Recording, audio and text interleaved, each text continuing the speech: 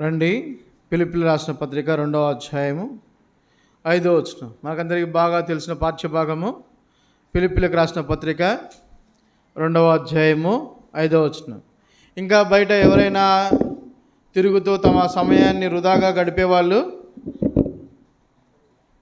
దయచేసి లోపలికి రండి. ఫిలిప్పీయులకు రాసిన పత్రిక 2వ అధ్యాయము 5వ వచనం మనమందరం కలిసి చదువుకుందాం. క్రీస్తు యేసునకు కలిగిన ఈ మనసును మీరు కలిగి ఉండుడి. మళ్ళీ చదువుకుందాం.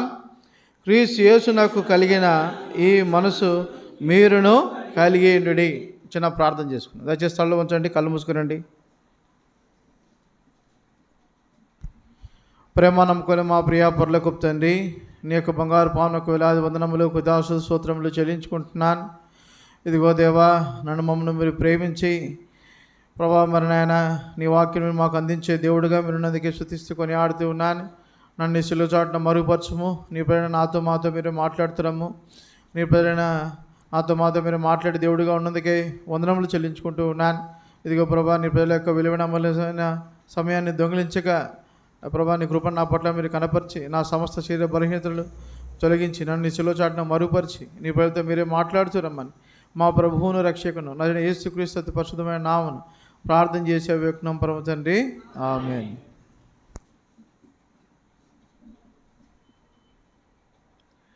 పోయిన వారము బలవర్తమానం ఏమిన్నాం? దేని గురించి విన్నాం? తర్వాత అది రెండో భాగం. మొదటిది చెప్పండి.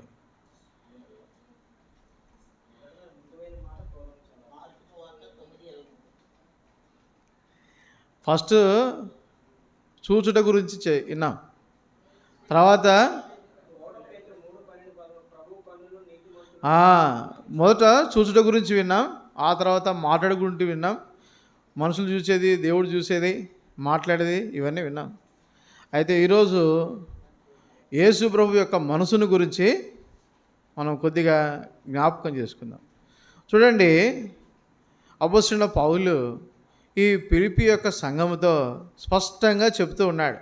మొదటి ప్రారంభ దినాలలో సంఘంలో ఉండవలసిన మనస్సు, సంఘం అంతటిలో విశ్వాసులందరికీ ఉండవలసిన మనస్సు ఏంటి అంటే, పౌలు మరి పరిశుద్ధాత్మ చేత నింపబడినవాడే ఆయన ఈ మాట రాస్తూ వచ్చాడు. ఏమన్నాడంటే, క్రీస్తు యేసునకు కలిగిన ఈ మనసు మీరును కలిగిన. యేసు ప్రభువుకి ఏ మనసు ఉంది? మనకు బాగా తెలుసు. రండి చదవండి. మత్తయి రాసిన సువార్త 11వ అధ్యాయము 29వ వచనం. 11:20. నేను సాత్వికుడను. యేసు ప్రభు యొక్క మనసు, ఆయన యొక్క గుణము ఎటువంటిది అంటే, నేను సాత్వికుడను. మొదట సంఘములో ఉండవలసిన మనకు ఏముండాలి? మనకి దేవుని పిల్లలుగా మనలో ఏముండాలా? సాత్వికం ఉండాలా? సాత్వికం అంటే చెప్పండి. మృదు స్వభావము. సాత్వికం అంటే మృదు స్వభావం. మరి సాత్వికానికి ఆపోజిట్ వర్డ్ ఏంది? వ్యతిరేక పదం గర్వం. సాత్వికానికి గర్వం. చాలా పర్యాయములు మరి గడిచిన కాలంలో కూడా, పోయిన ఆదివారం బలలో కూడా మనం వింటూ వచ్చినాం. గర్వం ఎక్కడ పుట్టింది? మొదట అపవాదిలో పుట్టింది. పరలోకంలో అపవాది మనసులో పుట్టింది. అందును బట్టి వాడు ఎక్కడ తోయబడినాడు? భూమి మీదకి వాడు తోయబడుతూ వచ్చినాడు. కాబట్టి విశ్వాసు యొక్క హృదయంలో ఏముండాలి? సాత్వికమైన మనసు ఉండాలి. తర్వాత ఏముండాలి? దీనమైన మనసు ఉండాలి. ఇది చాలా కష్టమైన సంగతే. ఎందుకంటే ఉదాహరణకు ఒక సందర్భాన్ని మనం జ్ఞాపకం చేసుకుందాం. మీకు తెలిసిన సందర్భమే, చదవాలని నేను ఆశపడుతున్నాను. యోహాను రాసిన సువార్త 13వ అధ్యాయము 12వ వచనం. యోహాను రాసిన వారి పాదములు కడిగి యేసు ప్రభు ఏం చేశాడంట? 11 కూడా చదవండి. తన్ను అప్పగించు వానిని ఎరిగెను గనుక మీలో అందరూ పవిత్రులు కారని ఆయన చెప్పాను. తర్వాత యేసు ప్రభు చాలా స్పష్టంగా చూస్తూ వచ్చినట్లయితే ఎంతమంది పాదాలు కడిగాడు యేసు ప్రభు? ఎంతమంది శిష్యులు అక్కడ ఉన్నారు? 12 మంది శిష్యులు ఉన్నారు. అయితే అందులో ఎవరున్నారు? ఇస్కరియోతు యూదా ఉన్నాడు. తాను అప్పగించబడు వారిని ఆయన ఎరిగి ఉన్నాడు. 21వ వచనం చదవండి.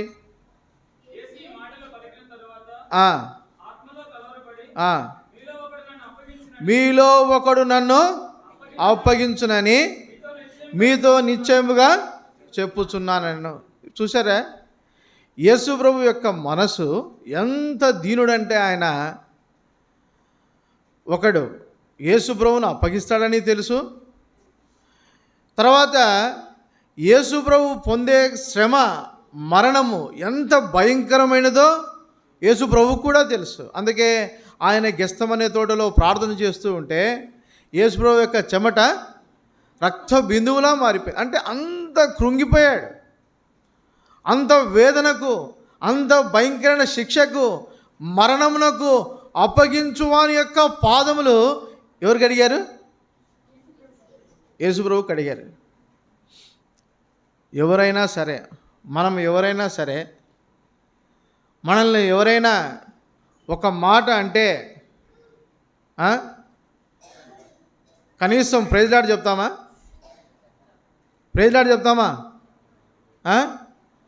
అలా వస్తే మనలో కోపము, ద్వేషము అధికంగా ఉంటే, వాళ్ళు మనకు నచ్చకపోతే ఏం చేస్తాం? ఎగాదిగా చూస్తాం. ఎలా చూస్తాం మనం? ఎగాదిగా చూస్తాం. ఏం నీ కథ, భలే వచ్చినావు, మళ్ళీ నా ఎదురుగా సిగ్గు లేకుండా నా ముందు నిలబడ్డావు అని ఎగాదిగా చూస్తాం. పలకరివ్వము, మాట్లాడము, ప్రేమతో ఉండలేము. మన చూపు ఎలా ఉంటుందంటే కొట్టేటట్టు చూస్తామని. ఎలా ఉంటుంది? మనమే మీద పడి కొట్టేటట్టు చూస్తాం. మనసులో 100 సార్లు కొట్టింటాం కూడా మనసులో. అటువంటి మనస్సు మంది. అయితే యేసు ప్రభు మనస్సు ఎలా ఉంది అని అంటే, వాడే మరణానికి అప్పగిస్తాడని తెలిసినా, వాడు దుష్టుని సంబంధని తెలిసినా, వాడు అపవాది సంబంధని తెలిసినా, యేసు ప్రభు వాడిని ఏం చేశాడంట? వాని పాదములు కడిగాడు. ఎవరి పాదాలు ముట్టుకున్నాడు? ఇస్కరియోతు యూదా పాదాలు ఆయన ముట్టుకొని కడిగి, నీళ్లు పోసి కడిగి, మళ్ళీ దాన్ని ఏం చేశాడు? ఆయన తుడిచాడు. ఒకవేళ మనం కూడా చేస్తాము. ఎలా చేస్తామంటే మనస్ఫూర్తిగా చేయలేము. కొన్నిసార్లు మనమంటే కొన్ని మాటలు మన గురించి కొంతమంది మాట్లాడినప్పుడు వాళ్ళు అనుకోకుండా మా ఇంటికి వస్తే, ఆ నీళ్ళు ఉన్నాయి కడుక్కో, లేకపోతే కడగాల్సిన అవసరం వస్తే జగ్గుతో నీళ్ళు ఇసిరేసిపోతాం. కానీ కడిగే మనసు మనకు రాదు. కానీ ఆయన మనసు, యేసుప్రభు మనసు ఏంటంటే, తాపిగా మోకాళ్ళ మీద కూర్చొని, లేకపోతే వంగడం అంటే తను తాను ఆయన తగ్గించుకున్నాడు. ఎవరు ఎదుట? ఒక చెడ్డవాని ముందు, ఒక దుష్టుని ముందు, ఒక పనికిమాలిన వాడి ముందు, అవిధేయుని ముందు, దేవుని కార్యములు చూస్తూ చూస్తూ చూస్తూ దాన్ని గుర్తించలేని వాని ముందు. ఇస్కరియోతు యూదాకు యేసుప్రభు ఎవరో తెలియదా? యేసుప్రభు చేసే అద్భుత కార్యాలు తెలియవా? చచ్చిపోయిన వాళ్ళు బాగులేపడం చూడడం లేదా? కుష్ఠరోగులు బాగుపడడం చూడడం లేదా? దయ్యములు వదిలిపోవడం చూడడం లేదా? ఎన్ని అద్భుత కార్యములు దేవుడు చేసినా వాడి మనస్సు ఎలా ఉందంటే కఠినంగా ఉంది. ఎలా ఉంది?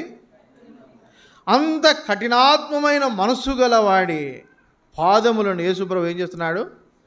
కడుగుతూ ఉన్నాడు. మనమైతే కడుగుతామా? విశ్వాసిగా మనకు ఉండవలసిన మొట్టమొదటి లక్షణం దీన మనస్సు కలిగి ఉండాలి. నీ తోటి సహోదరుడు, నీ తోటి సహోదరి వారు ఎంత నిన్ను ఇబ్బంది పెట్టినా, నిన్ను బాధ పెట్టినా, నిన్ను అవమానపరిచినా, నిన్ను కించపరిచినా, ఇంకా నిన్ను ఏం చేసినా సరే ఏం చేయాలా? నువ్వు దీన మనసు కలిగి వారిని ప్రేమించువాడిగా నువ్వు ఉండాలి. చూడండి, రండి, గల్తీ రాసిన పత్రిక 6వ అధ్యాయం 1వ వచనం.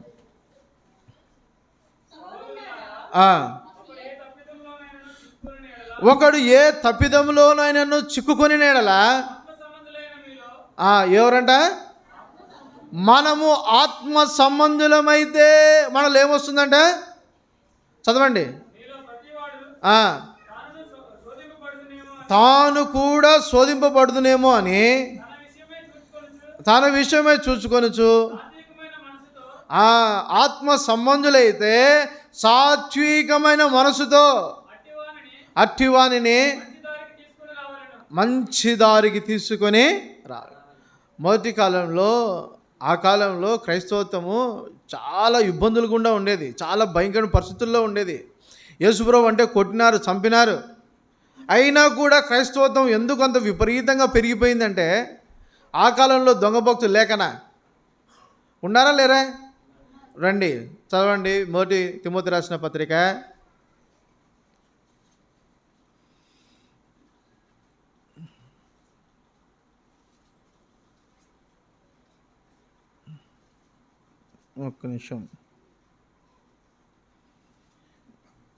6వ అధ్యాయము 5వ వచనం. చెడిపోయిన మనసు కలిగి భక్తిహీనులై సత్యహీనులై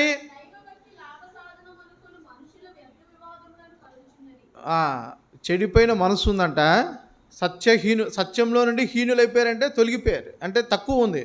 హీనత అంటే తక్కువ ఉంది. తర్వాత దైవభక్తి ఎలా ఉందంట వాళ్ళకి? లాభ సాధనంగా. ఏ కాలంలో చెప్తున్న మాట ఇది? మొదటి శతాబ్ద కాలంలో క్రైస్తవుల గురించి అపోస్తలుడైన పౌలు తిమోతికి చెప్తూ ఉన్నాడు. ఏం చెప్తున్నాడు? నాయనా, ఇప్పుడున్న కాలంలో, అంటే ఏ కాలంలో? 1900 సంవత్సరాల క్రితమే విశ్వాసులు ఆనాటి కాలంలోనే ఎలా ఉన్నారంటే దైవభక్తిని లాభసాధంగా చేసుకున్నారంట. లాభంగా అంటే ఏంటి? లాభసాధకం అంటే ఏంటి? Money earning source. ఏంటి? డబ్బును సంపాదించే ఒక సాధనంగా దాన్ని వాడారు. ఎలాగా అంటే ధనవంతులైన వారు మందిరానికి వస్తే వంగి వంగి దండాలు పెడతారు. ఇంకా ధనము కొరకే దేవుని దగ్గర ప్రాధాన్యపడేవారుగా, లేకపోతే ఈ లోక సంబంధమైన అక్కర్ల కొరకు తమ యొక్క జీవన సంబంధమైన వాటి కొరకై భక్తిని అలవర్చుకున్న వారు ఉన్నారు. ఇస్కరియోతు యూదా దగ్గర కూడా ఏ స్వభావం ఉంది అనంటే ఇదే. ఏం చేశాడు ఆయన? యేసుప్రభు అయినా వాడిని ప్రేమించి డబ్బు సంచి ఎవరి దగ్గర పెట్టాడు? ఒరే, నువ్వు పనికిమాలోడిరా, మంచోని కాదు, సంచి దేరన్న ముందు. మనమైతే ఏమంటాం? వెరిఫికేషన్ పదే చేస్తాం. 10 రూపాయలు ఇచ్చినామంటే 100 ప్రశ్నలు ఇస్తాం. వేసి తాతయ్య ముందు నువ్వు బాగా చేసినావు నాయన, నీ డబ్బులల్లా ముందు ఇద్దా అంటాను. యేసుప్రభు ఏం చేశాడు? ఇచ్చాడు, పెట్టుకో. తిని మారు మనసు పొందు. ఏంటి? నీ మనసు త్రిప్పుకో, నువ్వు మారిపో అన్న అవకాశం దేవుడు ఇచ్చాడు. అయితే వాని మనసు మారుతుందా? ఎందుకు మారట్లేదు అంటే వాడు కఠినాత్ముడు. యేసుప్రభు వాని పాదాలు పట్టుకున్నాడు, అయినా వాని మనసు మారుతుందా? మారదు. కొన్ని పర్యాయములు మనం ఏదో ఆశించి, మనం ఏదో అనుకొని, నేను ఇలా అనుకుంటే వాడు మారిపోతాడు అనుకొని నువ్వు ఏది చేసినా వాడు మారిపోడు. మారిపోయినప్పుడు నువ్వేం చేయాలని? ద్వేషించి వెలేయాల సంఘంలో నుంచి. పనికిమాలోడా, పో, వెళ్ళిపో, రావద్దు అని అనాలా? అంటా ఉన్నాడు. ఏమంటున్నాడు? సాత్వికమైన మనసుతో అట్టివానిని ఆత్మ సంబంధమైన మనుషులు ఏం చేస్తారంట? వాడిని మంచి దారికి తీసుకురావడానికి సాయ శక్తుల ప్రయత్నం చేయాలి. దేవుడు అంటే ఏంటి? నాలో ఉన్న దేవుని కార్యం ఏంటి? నువ్వు కూడా నేను కూడా అదే స్థితిలో ఉన్నాను. నాకు కోపం ఉంది, నాకు ద్వేషం ఉంది, నాకు అసూయ ఉంది, నాకు పగ ఉంది, నేను నా కోపాన్ని అణుచుకోలేను అని మన యొక్క వ్యక్తిగత సాక్ష్యం వాడికి పంచుకుంటూ ఆ వ్యక్తిని మనం మంచి దారిలో తీసుకురావాలి. కానీ మనం ఏం చేయకూడదు అని, మనం చేసే పని ఏంటంటే న్యూస్ ఛానల్స్ చేసే పని మనం చేస్తాం. న్యూస్ ఛానల్స్ ఏం చేస్తాయి? వార్తా ఛానళ్ళు ఏం చేస్తాయి చెప్పండి? వార్తను ప్రసారం చేస్తాయి. ఎక్కడో ఏదో జరిగింటే దేశంలో దాన్ని ఏం చేస్తాయి? ఇవి ప్రపంచం నలుమూలలకు తిప్పుతాయి. మనం చేసే పని ఏంది? మనం అదే పని చేస్తాం. ఎవడైనా ఏదైనా ఒక విషయంలో బలహీనులుగా ఉంటే మనం వాడిని క్షమించి అర్థం చేసుకొని సాత్వికంగా దీన మనసుతో వాడిని సంఘంలో కట్టుకుంటూ ఒక దారికి వాడిని తీసుకురావాల్సింది పోనిచ్చి ఏం చేస్తాము? వానికి మనం యాంకర్ అయిపోయి, ఎవరికి? వానికి మనం యాంకర్ అయిపోయి మనం ప్రచారం చేస్తాం వాడిని. అయితే ప్రభు అంటా ఉన్నాడు, అటువంటి సంఘాలు ఆ కాలంలో ఉండలేవు. అయితే ఎంత భయంకర పరిస్థితుల్లో కూడా మరి సంఘాలు ఎలా తట్టుకొని ముందుకొచ్చి ఈరోజు మనం కూడా ఆయన సువార్తను విని రక్షింపబడుతూ వచ్చినామంటే వారిలో ఉన్న జాలిగల మనస్సు, దయగల మనస్సు, దీన మనస్సు. వాళ్ళు చాలామంది దొంగలు ఉన్నారు, కపట సహోదరులు ఉన్నారు, మోసగాళ్ళు ఉన్నారు, అవిధేయులు ఉన్నారు. అయితే కూడా సహోదరులు సహోదరులు ఎటువంటి వారంట? యేసు ప్రభుకు కలిగిన మనస్సు కలిగిన వారు. అందుకే సంఘాలు కట్టబడినాయి, సంఘాలు స్థిరపరచబడినాయి, దేశాలు దాటినాయి. మన దేశానికి కూడా సంఘం వచ్చింది. లేకపోతే ఎవడో ఒకరికి ద్వేషం ఉంటే ఏమవుతుంది? తాను చెడిన కోతి ఏం చేస్తుందంట? వనమంతా చెడిస్తుంది. ఒక్కనికి ఉంటే చాలు కోపం సంఘంలో, అంతా ఏం చేస్తాడు? వాడు తయారు చేస్తాడు, మొత్తం అందరినీ సృష్టిస్తాడు. కాబట్టి మనలో యేసు ప్రభు కలిగిన మనస్సు మనకు ఉండాలని ప్రభు ఆశపడుతున్నాడు. వాడు ఎంత చెడ్డవాడైనా వాని గురించి నువ్వు ప్రార్థన చేయవాడిగా ఉండి వాని నువ్వు క్షమించవలసిన మనసు నీలో ఉండాలి. అంతేగాని ఉదాహరణకు మనం చెప్పుకోవాలంటే బైబిల్లో అటువంటి మంచి గుణం ఉంది. ఎవరికి ఉంది చెప్పండి? పాత నిబంధన గ్రంథంలో ఇదే మంచి మనసు ఉంది. యోసేపుకు ఉంది. యోసేపు ఏం చేశాడు? అణలందరూ కొట్టి గుంతలేశారు. గుంతలేస్తే మహారాజు అయ్యాడు. రాజు కాదు, గవర్నర్ అయ్యాడు. తర్వాత పర్వంతటి వాడయ్యాడు. అయితే అన్నలు వచ్చారు. ఏం చేశాడు ఆయన? సైనికులారా ఎక్కడున్నారు చూడండి, ఒక చూపులని అందరిని తీసుకొని మట్సంగా జైలు వేయండి చెప్పలేదు. నేనంటే ఏమనుకున్నారా? అప్పుడు నా కళ వచ్చింది చూసారా, నా కళ నిజమైంది, మొక్కినారా? ముక్కంటారా? మళ్ళీ ముక్కండి అంటే మళ్ళీ ముక్కిందరు. ముక్కంటే మళ్ళీ ముక్కిందరు. ఎందుకు? ప్రాణభయం చేత 10 సార్లు ముక్కించుకొని మనమైతే ఈగో సాటిస్ఫై చేసుకొని చంపలేకపోయినా మన ఈగో సాటిస్ఫై అయ్యేంత వరకు ముక్కించుకుంది. మనం అట్లా చేయలేదు. ఎంత ప్రేమ కలిగిన వాడంటే అంటాడు, ఒక మాట అంటాడు, అద్భుతమైన మాట. ఏమంటే, మేలు కొరకై మిమ్మును గురించి ఆలోచించి దేవుడే నన్ను ఇక్కడికి దేవుడే అంటే దేవుడు అనుమతించాడు. గుంతలో ఏమని అనుమతించాడు, శోధనిమ్మని అనుమతించాడు, చెరసాలలో ఉండమని అనుమతించాడు, 13 సంవత్సరాలు కఠినమైన బాధకు అనుమతించాడు. తర్వాత 30 సంవత్సరాలు గవర్నర్గా పరిపాలించాడు. మరి తర్వాత ఎవరున్నారు? దావీదు కూడా ఉన్నాడు. దావీదు ఏం చేశాడు? ఎంతగా క్షమించాడు. మామూలుగా కాదు. దేవుని దగ్గర నుంచి దయ్యం వచ్చింది, దురాత్మ వచ్చింది, సౌలుకు పట్టింది. పడితే దేశంలో అది ఎటు పోవడం లేదు. ఎవరు దాన్ని ఏం చేస్తున్నారు? పోగొట్టలేకపోతా ఉన్నారు. పోగొట్టలేకపోతా ఉంటే దాన్ని ఎవరు పోగొడుతున్నారు? ఇప్పుడు దావీదే. ఏం చేస్తాడు అయ్యగారు? మంచిగా ఒక సితారా, దావీదు దగ్గర 10 తంతుల సితారా ఉందంట. అంటే 10 స్ట్రింగ్స్. ఎన్ని ఉంటాయంటే దానికి? 10 తంతులు అంటే 10 స్ట్రింగ్స్. ఆ కాలంలో 1 స్ట్రింగ్ 2 స్ట్రింగులు ఉంటే పెద్ద కథ. 10 తంతుల సితారా అంటే ఆషామాష కాదు. ఎంతో జ్ఞానం విద్యాభ్యాసం ఉంటే తప్ప దాన్ని వాయించలేరు. అంత మహా జ్ఞానం ఆయనలో ఉంది. అంత జ్ఞానంతో ప్రభువును ఆయన ఆరాధించేవాడు. అయితే ఒక్కసారి ఆయన పాట పాడగానే, ప్రభువును స్తుతించగానే, ఆరాధించగానే దయ్యం పోయేది. దయ్యం పోతానే ఏం చేసేవాడు? నాయన ఎంత మేలు చేసేవారయ్యా, దయ్యం పోగొట్టేవు, నాకు మంచివాడివి నువ్వు అన్నాడా? పక్కనే ఏముంది? భలే ఉంది, ఈట వేస్తాడు అంతే. తీయడం వేయడం. ఎటువంటి మనసు ఉంది ఆయనకు? దయ్యం పోగొడితే ఎవరైనా ఏం చేస్తారు? ఒకడున్నాడు, మార్కు రాసిన సువార్త 5వ అధ్యాయంలో ఉన్నాడు. వాడు స్వస్థ చిత్తుడై యేసు పాదముల యొద్ద వాడు కూర్చున్నాడు. దయ్యం పోతే మనసు మంచిగా అయి కూర్చుంటున్నాడు వాడు. ఇక్కడ దయ్యం పోతే ఏమవుతున్నాడు? కత్తి చూసి ఇసురుతున్నాడు, ఈట చూసుకొని ఇసురుతూ ఉంటే పారిపోతూ ఉన్నాడు, తప్పించుకుంటా ఉన్నాడు.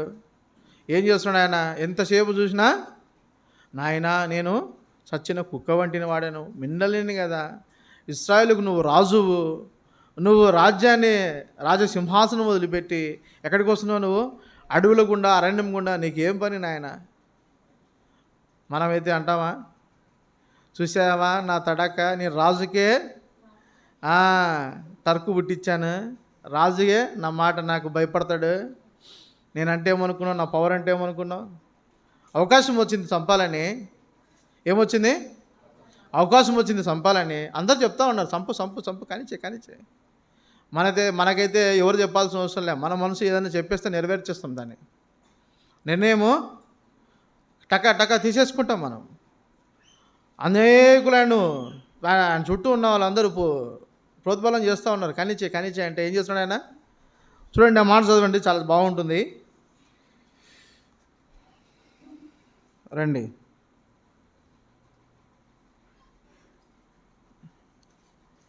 మొదటి సమూయేలు 24:5.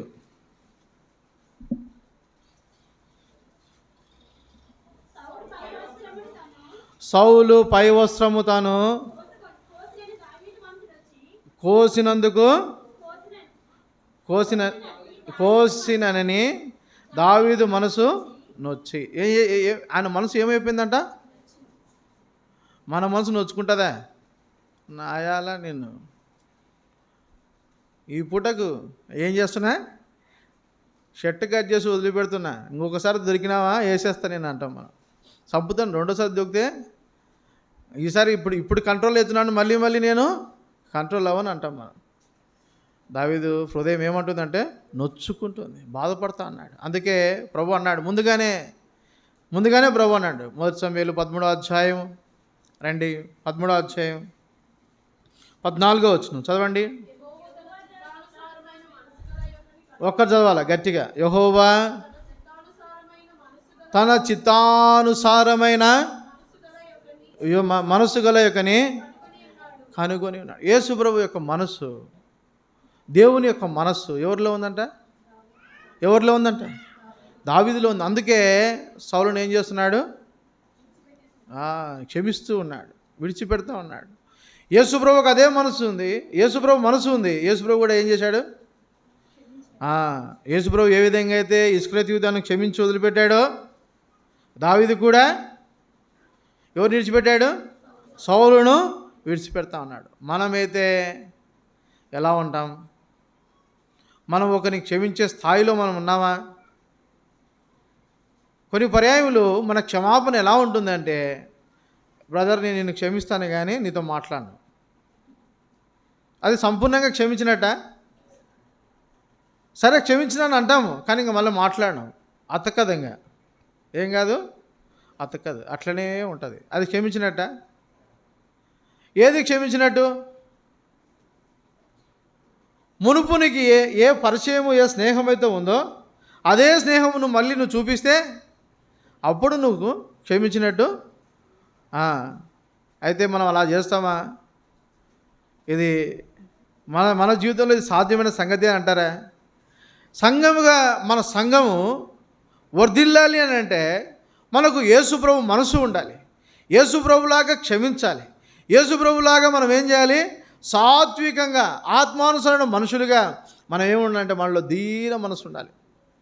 ఎవడైనా ఎటైనా పోనీ వాని మనం ఏ చూపుతో చూడాలా? దీన మనసు అనే మంచి మనసుతో వాడిని చూడాలి. కానీ కక్ష కట్టుకొని ఒక గుంపు తయారు చేసి వాని మీద అటాక్ చేసేది కాదు.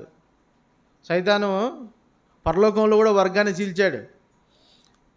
వాని పని ఏంటంటే ఏం చేస్తాడు? 5 ఉంటే 3 చేస్తాడు, 2 చేస్తాడు, 1 ఉంటే 2 చేస్తాడు. వాని పని ఏంటి? గుంపు చీల్చడమే వాని పని. మనలో కూడా సైతాను పని చేయకుండా ఉండాలంటే మనకి ఏ మనసు కావాలా?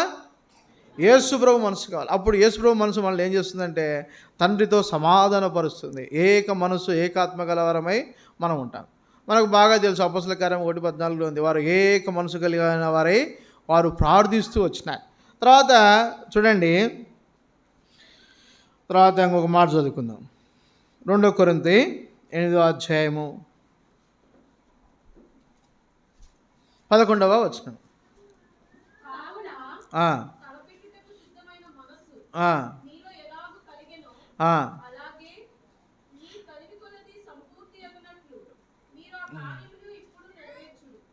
ఏంటంట?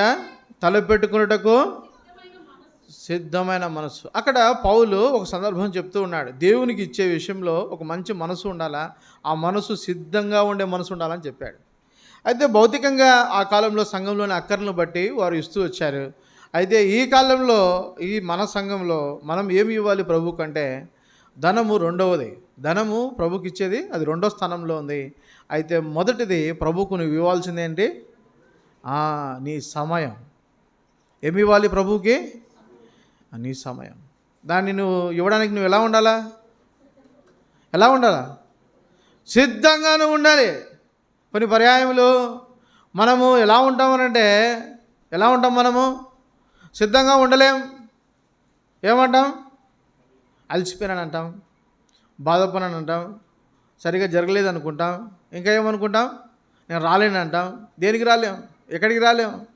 దేవునితో మన సమయాన్ని గడపడానికి మనం ఉండలేం. అందుకే చూడండి, రండి ఇర్మియా గ్రంథము 6:10.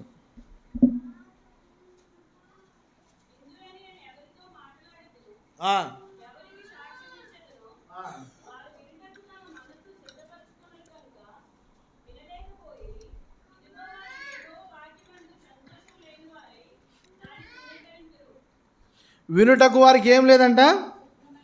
సిద్ధమైన మనసు లేదు. దేవుని వాక్యాన్ని వినేటకు వాళ్ళకి సిద్ధమైన మనసు లేదు, సమయం లేదు వారి హృదయంలో.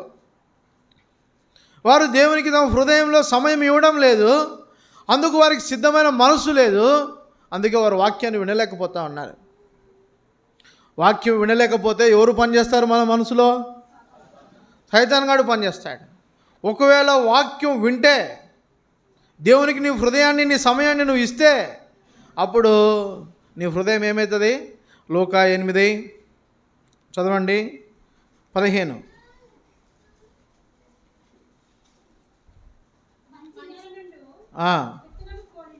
మంచి నేల నుండి విత్తనము పోలిన వారెవరనగా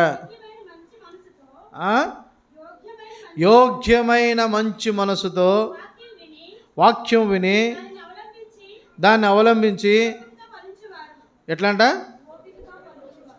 ఏం కావాలంట? మంచి మనసు మాత్రమే కాదు, ఏమి ఉండాలన్నా? కొన్నిసార్లు అన్న చాలా మంచోడే కానీ ఏం లేదు అన్నకి. మంచోడన్నా అక్క, చాలా మంచిదన్న అక్క, అయితే ఏం లేదు, ఓపిక లేదు. ఓపిక లేకపోతే మనం ఏం కాలేం? ఫలించలేం. మన మనసు మంచిదైనా మనలో ఏముండాలా? ఓపిక ఉండాలి. యేసుప్రభువుకి ఎంత ఓపిక ఉంది? చెప్పలేనంత ఓపిక ఉంది. మనకు కూడా ఏం కావాలా? ఓపిక కావాలా. అయితే మరి సంఘంలో పరిస్థితులు ఎలా ఉంటాయి? ప్రజలు ఎలా ఉంటారు? విభిన్నమైన ప్రజలు ఉంటారు, రకరకాల ప్రజలు ఉంటారు. మనం చూస్తూ వచ్చినాం మొదటిలో. కొంతమంది ధనాపేక్షను ఆశించేవారుగా ఉంటారు, లేకపోతే లాభసాధనంగా భక్తిని వాడుకునే వాళ్ళు ఉంటారు. ఎన్నో రకమైన ప్రజలు ఉన్నప్పటికీ కూడా మన విశ్వాసాన్ని మనం కాపాడుకుంటూ ఇతరుల పట్ల మనం సాత్వికమైన మనసుతో దయగలిగి వారిని ప్రేమిస్తూ, ఇంకా పేతురు రాసిన పత్రికలో కరుణాచిత్తులై అంటే వారిని అర్థం చేసుకొని వారిని క్షమించి వారి కొరకే మనం ప్రార్థన చేస్తూ ఏం కావాలంట? మనం ముందుకు కొనసాగిపోవాలి. తర్వాత చూడండి, నెహెమ్యా గ్రంథము 4:6.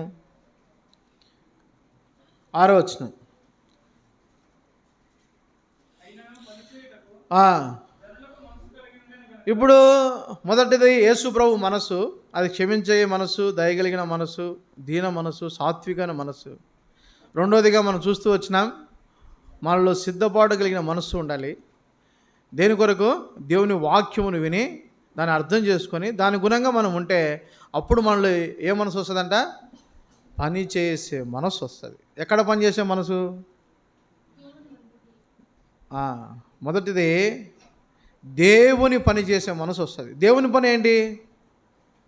రకరకాల పనులు ఉన్నాయి లోకంలో, ఎన్నో రకాల ఉద్యోగాలు ఉన్నాయి, ఎన్నో రకాల పనులు ఉన్నాయి. మరి దేవుని పని ఏంటి సపరేట్గా? నేను ట్రైనింగ్లో ఉన్నప్పుడు ఉదయాన్నే 6 గంటలకు మరి కసు కొట్టేవాడిని, చీపురు కసు కొట్టేవాడిని. అయితే 6:30, 7 గంటలప్పుడు సేవకుడు నిదానంగా లేచి ఇట్లా ఇట్లా వచ్చి చూసేవాడు. చూసేసరికి మళ్ళీ బోల్డంత ఆకులు ఉండేవి. ఏం ఆకులు అంటే ఈ వేపాకులు మళ్ళీ ఉండేవి. ఎడ్విన్ అని పిలిచేవాడు. మళ్ళీ అంకుల్ చెప్పండి అంకుల్ అంటే, ఏంటయ్యా ఓడిచినా అన్నావు ఇంత ఉంది అనేవాడు. ఏంటయ్యా ఓడిచినావు మళ్ళీ ఇంత ఉంది అనేవాడు. నాకు అర్థమయ్యేది కాదు. అప్పుడు నేను ప్రారంభ దినాలు కొత్తగా సేవకు పోయినాను. నా ఇంట్లో నేను ఎప్పుడు ఏ పని చేసింది లేదు. ఒకడే కొడుకును, ఏ పని చేసింది లేదు, నాకేం తెలీదు. సరే అని చెప్పి మళ్ళా పోవడం, మళ్ళా ఊడ్చడం, మళ్ళా పోవడం, మళ్ళా ఊడ్చడం. ఇప్పుడు నాకు పని చేసే మనసు లేదనుకో, ఉంటానా నేను? ఏం చేస్తాను? సేవ వద్దు, ఏం వద్దురా నాయన, సేవ అని చెప్పి బాత్రూంలు కడిగిస్తున్నారు, కసులు కొట్టిస్తున్నారు, అంట్లు తోమిస్తున్నారు. చిన్న గిన్నెలు అంటే ఏమో కడగవచ్చు, పెద్ద పెద్ద గిన్నెలు కడగాల. ఒక బాత్రూమ్ 2 బాత్రూమ్లు కడగవచ్చు, 60-70 బాత్రూమ్లు కడగాల. చిన్న చిన్న సాపలు అంటే వేయచ్చు. ఒక మందిరానికి అంటే ఇంత పెద్ద మందిరానికి 7 సాపలు వేస్తాడు. ఈ పనులని ఎవడు చేస్తాడు? నేను చేయను, నాకొద్దు అని అనుకుంటే అవుతుందే.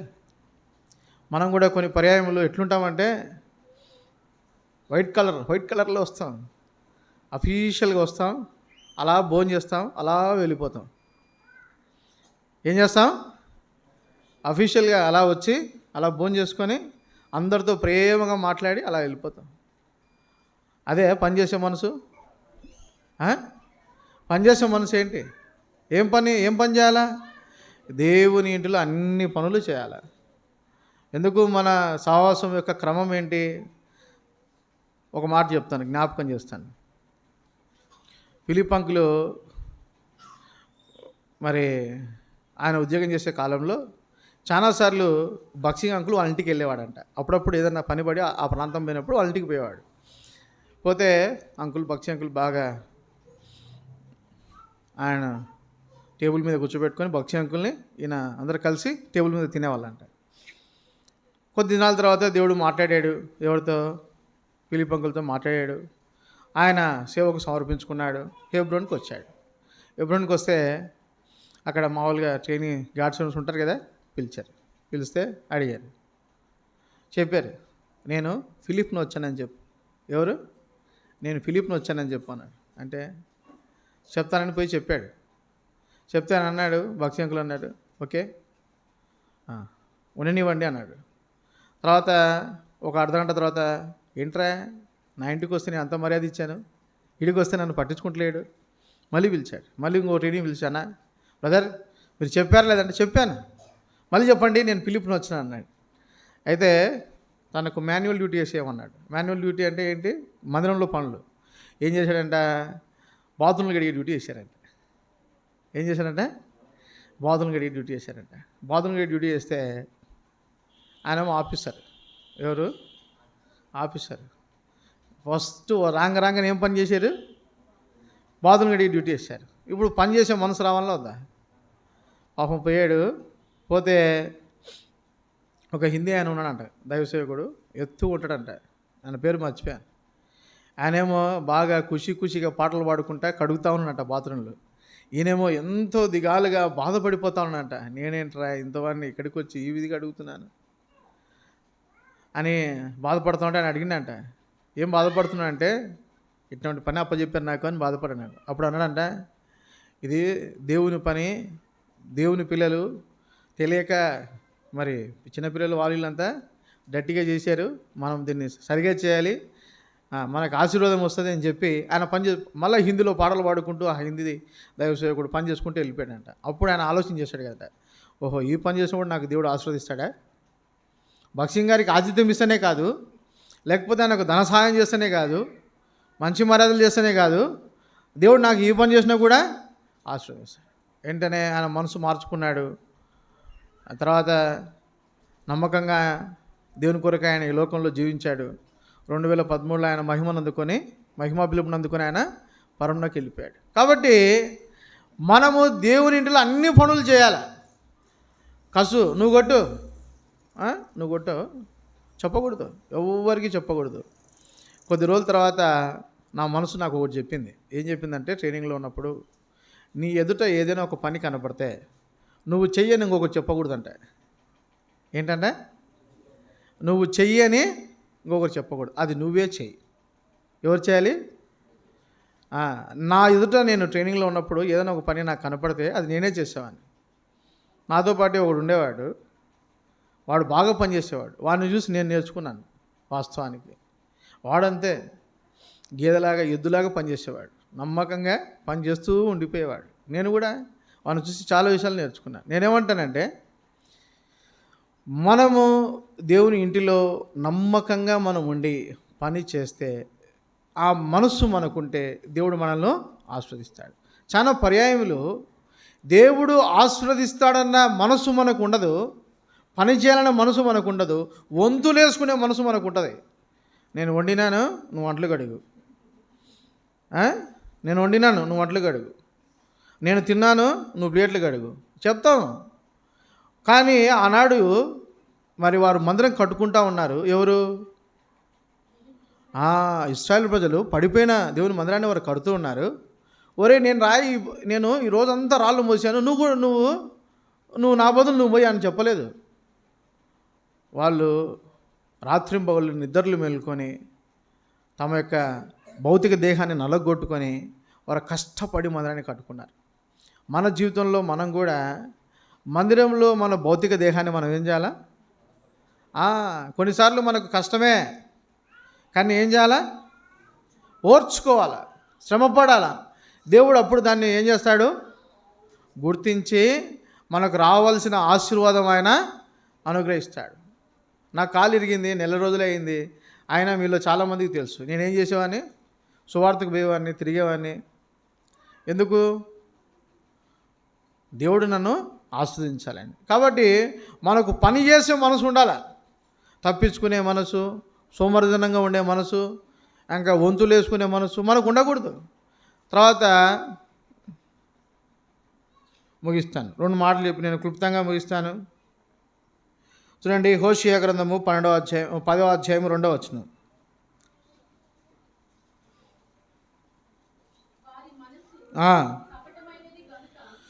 కొంతమంది మనసు ఎలా ఉంటుందంటే, సంఘంలో దేవుని మనసు ఉండదు, పనిచేసే మనసు ఉండదు, క్షమించే మనసు ఉండదు. ఏముంటుందంటే ఆ మనసు కపటమైనదిగా ఉంటుంది. ఎంతసేపు ఉన్న మోసమే. ఏంది మోసం? కపటం అంటే ఏంటి? స్వార్థం. ఏంటి? స్వార్థం. అంతా నాకే, అంతా నాదే, అంతా నేనే. ఏముంటుంది మనసులో? కపటం ఉంటుంది. కపటం ఉన్నవాడు ఏం చేస్తాడు? స్వార్థాన్ని చూసుకుంటాడు, తన స్వలోభాన్ని చూసుకుంటాడు, తన యొక్క మేలును చూసుకుంటాడు. సంఘక్షేమము, సంఘం యొక్క ఇతరుల గురించిన ఆలోచన, భావన, భారము, బాధ్యత వారిలో ఉండదు. అటువంటి వారందరూ ఎవరు? కపటమైన మనసు కలిగిన వారు. సంఘంలో ఇటువంటి మనసు కలిగిన వారు ఉంటారు. అయితే మనం ఏం చేయాలా? మనకి ఏ మనసు ఉండాలా? యేసు ప్రభు మనసు ఉండాలి. కపటమైన మనసు గలవారు ఉండవచ్చు, ఉండకపోవచ్చు. అయితే మనకు ఏం మనసు ఉండాలా? యేసు ప్రభు మనసు ఉండాలి. అయితే దేవుడు ఒక మాట చెప్తూ వచ్చినాడు. చూడండి, అబ్రాహామును ఏమన్నాడంటే, రండి, నెహెమ్యా గ్రంథము 9వ అధ్యాయం 8వ వచనం.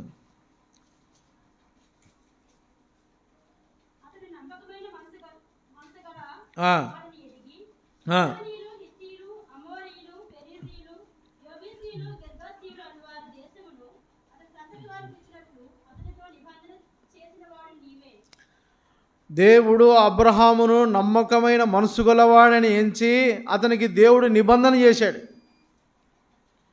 నువ్వు కూడా కపటమైన మనసు లేక నువ్వు నమ్మకమైన మనసు గలవాడిగా నువ్వు ఉంటే, దేవుడు కూడా మంచి సస్యశ్యామలమైన భూమిని ఆనాటి కాలంలో అబ్రహాముకి ఏ విధంగా అయితే వాగ్దానం ఇచ్చాడో, అదేవిధంగా దేవుడు కూడా నిన్ను కూడా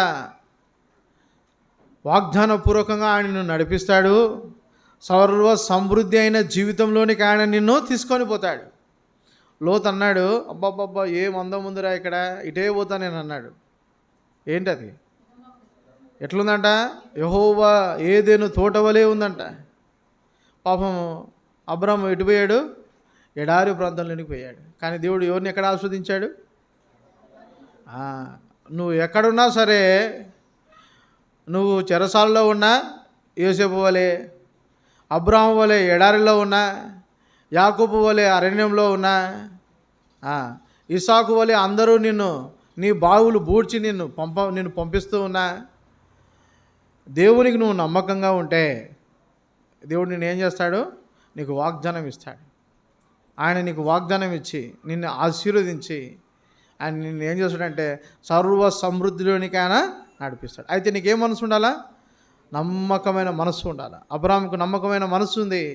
అయితే ఒకవేళ ఈ మధ్యకాల సమయంలో మనకు ప్రభువు మనసు లేక, పనిచేసే మనసు లేక, నమ్మకమైన మనసు లేక, మనకు ఒకవేళ మనలో కపటమైన మనసు ఉంటే, ఇంకా ఒకవేళ చెడిపోయిన మనసు కలిగిన వారమై దైవభక్తిని ఇంకా లాభసాధనకంగా మనం ఎంచుకొని ఉంటే, ప్రభువుని అడిగితే గిన చూడండి, రండి, ప్రభు మనకు సహాయం చేయవాడిగా ఉన్నాడు. యెషయా గ్రంథం, కీర్తనల గ్రంథము 51వ అధ్యాయము 10వ వచనం. దేవా, దావీదు ప్రార్థన చేస్తున్నాడు, దేవా నా యందు శుద్ధ హృదయం కలగజేయము, నా అంతరంగంలో స్థిరమైన మనసును. మనం కూడా ప్రార్థన చేస్తే, ప్రభా నాలో నీలాంటి మంచి మనసు లేదు, సాత్వికమైన మనసు, దీనమైన మనసు, జాలిగల మనసు, దయగల మనసు, క్షమించే మనసు నాలో లేదు, నాలో కపటమైన మనసు ఉంది, చెడిపోయిన మనసు ఉంది, ఇంకా నేను నమ్మకమైన వాడిగా నేను లేను, కాబట్టి నన్ను ఏం చేయాలి? శుద్ధమైన మనసు నాకు ఇవ్వు దేవా, నా యొక్క చెడిపోయిన మనసును తొలగించు, నాలో ఉన్న కపటమైన మనసును తొలగించు, నాలో ఉన్న గర్వము, అహంకారం, ఈర్ష్య, కపటము, ద్వేషము, డమ్మము, మత్సరము, ఇంకా నాలో ఉన్న పాపమంతా నీకు తెలుసు. అయితే ఈ మధ్యకాలం నువ్వు నాతో మాట్లాడుతున్నావు కాబట్టి నాలో ఏం కలిగించాలి?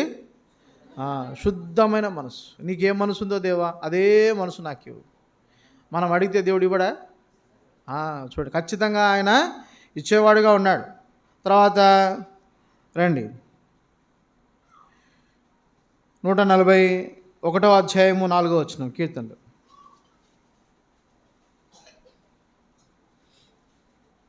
నూట 41:4.